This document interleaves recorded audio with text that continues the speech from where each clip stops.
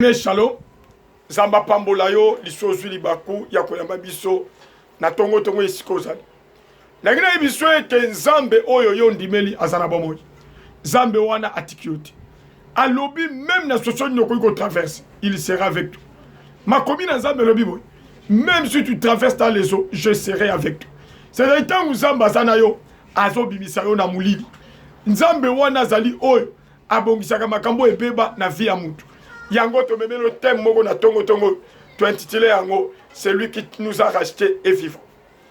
Oyebi bien aimé Zambe wana atikioti. Soga permettre au kota na semaine oyo parce qu'il a des choses qu'il a déjà préparées. Makamo nzamba bongisi pono bien aimé malgré rejet abattu, il faut un espoir. Et bongo za na confiance et pas inaye que victoire naye est certaine. Na zo peso verset liboso. Zo peso verset à liboso. Na mukana na psaume. Psaume 22. Zo peso verset à liboso. Na mukana na psaume 22. Psaume 22. Verset 7 à 8. Nous lisons au nom de Jésus. On peut commencer même avec le verset 6. Psaume 22. Verset 7 à 8, on peut monter même jusqu'au verset 6. Ils criaient à toi et ils étaient sauvés. Ils se confiaient en toi et ils n'étaient pas confiés. Et moi, je suis un ver et non un homme. L'opprobre des hommes et le méprisé du peuple. Tous ceux qui me voient se moquent de moi. Ils ouvrent la bouche, secouent la tête. Alléluia. Tozomona awa psalmiste. Azoloba epai na nzambe azoloba pona nini nkolo yo otikingai c'est-à-dire makamba azalaki kokutana na yango azalaki komona lokola nzambe abwaki azalaki komona lokola nzambe apesi ye mokongo mpo ete bato nyonso azalaki kutana bango bien aimé ntango bazomona bazotyola ye bazotuka ye bazomona mutu pamba mais yoka likambo moko ebongo yeba ete malgré rejet ya bato malgré humiliation il faut un espoir épensable. Et bon Dieu en a confiance que Nzambe oya kelio azana bomoi. La Bible dit même dans les tombeaux, il est Seigneur. C'est-à-dire Nzambe wana même na suka ya makambo akotika yote, il va se manifester.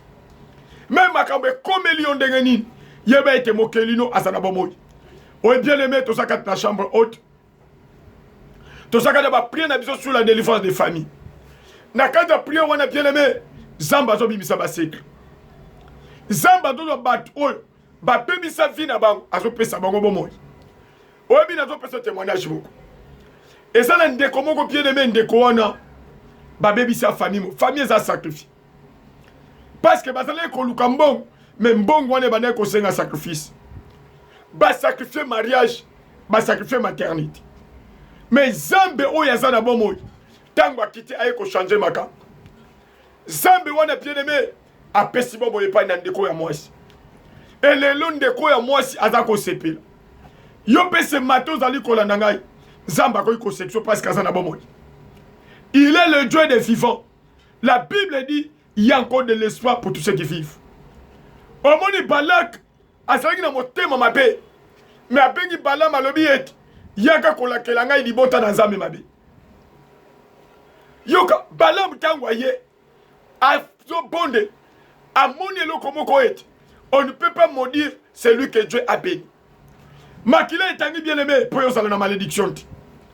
Makila etangi pour yo sala na kata mulilite. La Bible dit Dieu est lumière, à lui il n'y a pas le ténèbre. Nazo bonde le natango. Oh Dieu so bien aimé. Et c'est là qui courbe na vie et la redresse. Parce que Dieu est vivant. Au moins il n'a pas son témoignage. Ndeko malgré ba baby saki makam. Mais quand Dieu est venu, il a tout redressé. Yo peut bien aimer Zambe wana zana biso. Omoni psalmiste azolo balobi ete. Et moi je suis un ver et non un homme. L'opprobre des hommes et le méprisé des peuples. Nazalaki motoboko azanga lokola muchopi. Motomoko acholama. Azanga tin. Moto libota batoko mona e pam.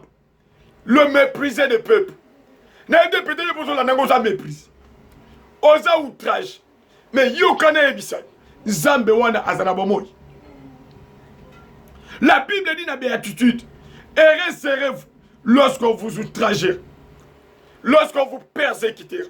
Non, parce que votre récompense est grande. Ça veut bien aimer les Kambezali malgré ma Kambezo Salam. Soukana Yangwezani. N'a pas ce verset. Je peux ce verset. Tokemba una Job. Tokemba una Job. Job chapitre 19. Le verset 25. Yok. Job 19, 25. Mais je sais que mon Rédempteur est vivant et qu'il s'élèvera le dernier sur la terre. Alléluia. Quand ma peau sera détruite, il s'élèvera. Quand je n'aurai plus de chair, je verrai Dieu. Je le verrai et il me sera favorable. Alléluia. Mes yeux le verront et non c'est des nôtres. Mon âme languit d'attente au-dedans de moi. Job azalaki na mbongo. Azalaki na bande. Mais la Bible dit tout un coup, bien les meilleurs sur zaki bouissé. Biloko epepi. Banda bakufi. Baningo bazalaki na bakomi kotukai. Balobi nete yo sali masu. Yango makambo ekomeli. Na yebi te bien aimé. Sois nous allons qu'on traverse. Yoka, ton Rédempteur est vivant. Sois nous allons qu'on traverse dans le mariage. On allons qu'on traverse dans la famille. Pardon dans le goût la jefté. Oh ba bengane. Mais yoka na ebisayo. Nzamba za na bomoi. Yenda za la mutu ya suka. Balobi ba ninga na etangu ba yeba bandi ko condamné. Ce qui était plus grave, même moi je suis à na mbongo, alobi finga za mokufu. Oko umena na boyenge bene kilo tangu ni. Mais Job azolo ba nozo lo baloko l'essence. To utaki ne lokote, to kozonga ne lokote. Job avait confiance de pays dans Zambie. Aïe des tanks. Zambie wana longona ne peut mater. Il y a encore de l'espoir. Azolo ba na baninga no biet. Je sais que mon Rédempteur est vivant. Na makambo nyos a commis mon isam. Yo pe nazo ibson Zamba za na bomoi. Zamba tiki yote. Malgré mi pepe, malgré bambonge a tiki yote. Au moment où l'histoire a dit qu'on traverse. Tous les landais total la suite. Si réellement tu es enfant de Dieu, à côté kayoti. À cause de la yo. Oui, mais ma commune en Zambie, on vous fera la guerre. Mais on nous fait vaincre. C'est-à-dire, comme Dieu est vivant, il va se manifester. Après, Bitumba, on appelle son victoire. Yango na bon délire bien-aimé, qu'on perd d'espoir. Tant que Zamba Zanabomoy, on l'appelle le Dieu des vivants. La Bible dit qu'il y a encore de l'espoir pour tous ceux qui vivent. Malgré ma benganio, babouakio, bacholio, qu'on perd d'espoir. Banzele Nzambe bien-aimé, toi bakayangouti. Ma commune Nzambe lobi. Vos pensées ne sont pas mes pensées. Vos voix ne sont pas mes voix. Dit l'Éternel. C'est Banzele Nzambe. Écoutez Nzambe. Zala kinya ya. Tant que Nzambe a koufit, tikabatu babouakayo. Tikabatu bacholayo batukayo. Mais sous qu'elle kamune Nzamakam. Tant que Nzambe a lobi dernier mot na été. Yaya, qu'on perd d'espoir. N'a pas ce verset. Je peux ce verset moussou. N'a mukana Esaïe. Esaïe. Écoutez ce que la Bible dit. Kanan Esaïe. Esaïe 43, verset 14. Écoutez ce que la Bible dit. Ainsi parle l'Éternel, votre Rédempteur, le Saint d'Israël. À cause de vous, j'envoie l'ennemi contre Babylone et je fais descendre tous les fuyards, même les Chaldéens, sur les navires dont ils tiraient gloire. Halobi natine nabino bayengeben. Natine nabino bayengeben. J'envoie l'ennemi contre Babylone. Babylone bazaki bangune ya libota na Nzambe. Bazalaka tout moment conduire libota na Nzambe. Mais Nzambe bazali kolo. Natini banguna katna bangu. Banguna musana bangu sani. Eloko ezo pesa bangu makasi. Bako panza. Yope nazo sakola na tongo. Eloko ezo pesa banguna makasi. Poba nyoko la yo. Poba mona yo pap. Zamba zikisa yango na kombo na Yesu.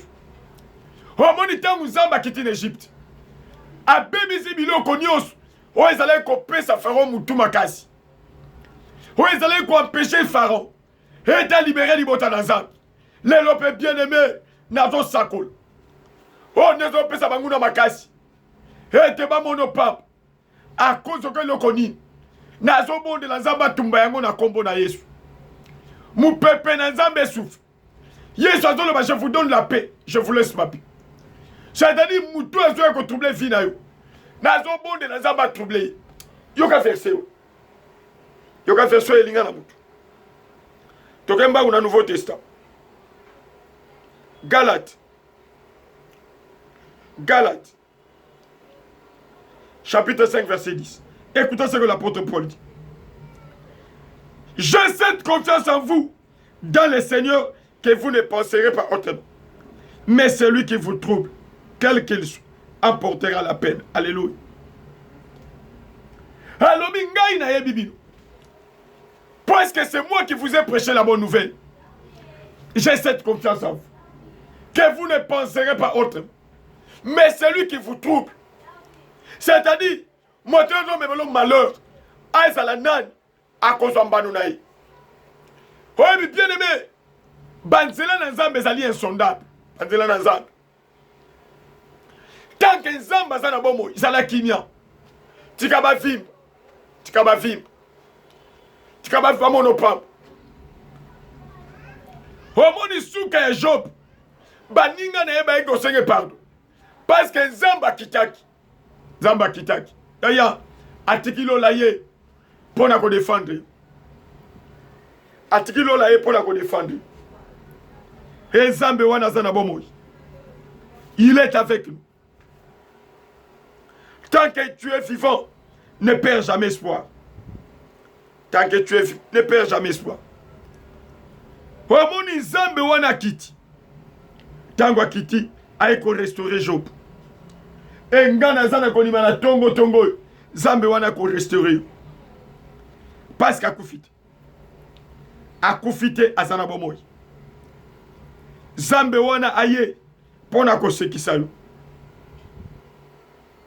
Aye pona ko sekisa yo. O mitangu Zamba kiti. Aye ko restaurer Job. La Bible dit apesier makamba kokam.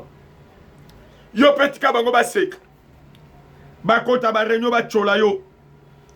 Tika bango ba sala ba complot, tika wasanga ba complot. Mais Nzambe wana azana bomoy. Tant qu'à koufina nous te, coopère histoire. Jérémie 51 verset 1 a dit. Jérémie 51 a dit.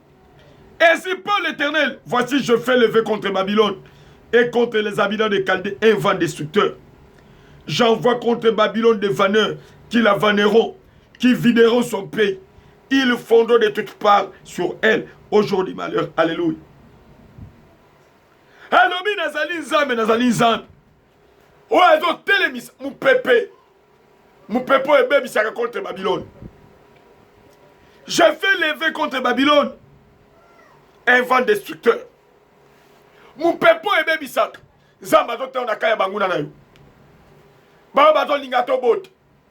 Baba to lingato fana na libalo zanakim. Mon pépé wane souffle. Et saccagé na kombo na Yesu. Oh bien aimé, toi na ndeko mo l'église. Ndeko wana bundisa mingi. Malade longo na mutu e na libu. E longo na libu e na makolo. Baluki ndenge ni kopomaye.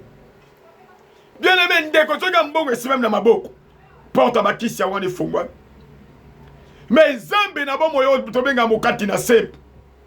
Tango akita yo kata maka. Yaya makambo échange. Makambo échange. Nazo bonde la Nzambe azali komi mondi sama na lingomba na yi. Ami mondi sama na vi na yo. Mupepo ebe bisaka.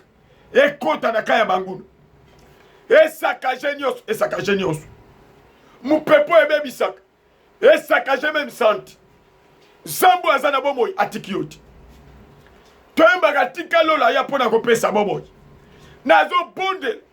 Bomoy nazabe kota parce qu'il est vivant. E kota na santé na yo. E kota na maternité. E kota na foyer na yo na famille. Et compte même na musala, aux témoignages, misala ne kulusu emonisa bakati na yo na kombo na Yesu tobondeli bongo amen.